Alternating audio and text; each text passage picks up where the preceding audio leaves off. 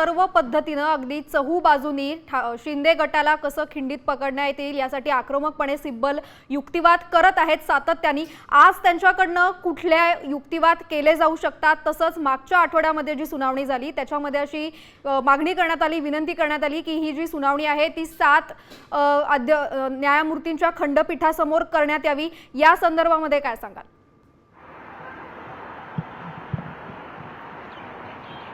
हा अत्यंत महत्त्वाचा मुद्दा आहे। खरं तर या आधीच जी सुनावणी झाली होती त्या सुनावणीच्या वेळेस कपिल सिब्बल यांनी म्हणजे शिवसेना पक्ष आणि चिन्हासंदर्भातली सुप्रीम कोर्टामध्ये 2023-24 मध्ये जी सुनावणी सुरू होती त्याच वेळेस कपिल सिब्बल यांनी हे प्रकरण 7 सदस्यीय घटनापीठाकडे सुपूर्द करण्यात यावं, त्यांच्याकडे देण्यात यावं अशा पद्धतीची मागणी केली होती।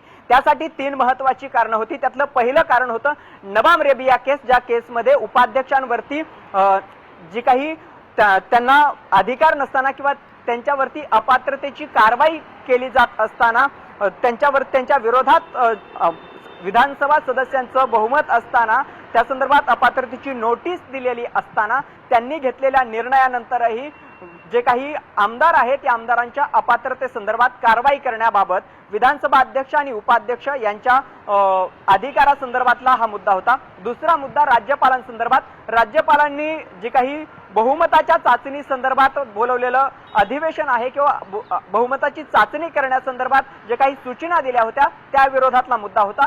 तिसरा आणि महत्त्वाचा मुद्दा होता तो म्हणजे आमदारांच्या अपात्रते संदर्भातला जो मुद्दा आहे त्यालाच धरून निवडणूक आयोगाने पक्ष आणि चिन्ह जे दिलेलं आहे ते कशा पद्धतीने एकनाथ शिंदे यांना दिलेलं पक्ष आणि चिन्ह चुकीच्या पद्धतीने दिलंय या संदर्भातला अशा अनेक केसचा संदर्भ देत खरं तर कपिल सिब्बल यांनी जोरदार जो युक्तिवाद केला होता त्यामध्ये हे प्रकरण शिवसेना म्हणजे सुभाष देसाई विरुद्ध एकनाथ शिंदे हे जे प्रकरण आहे शिवसेना पक्ष आणि चिन्हासंदर्भातील हे प्रकरण 7 सदस्यीय घटनापीठाकडे सुपूर्द करण्यात यावं अशा पद्धतीचा युक्तिवाद त्यांनी त्यावेळेस केला होता। नक्कीच भरत, या संदर्भातले अपडेट्स आम्ही वेळोवेळी तुझ्याकडनं घेत राहू। तुर्तास धन्यवाद तू दिलेल्या सविस्तर माहितीसाठी। तर सुप्रीम कोर्टामध्ये सध्या शिवसेना पक्ष आणि चिन्हाबाबतची सुनावणी पुन्हा एकदा सुरू झालेली आहे।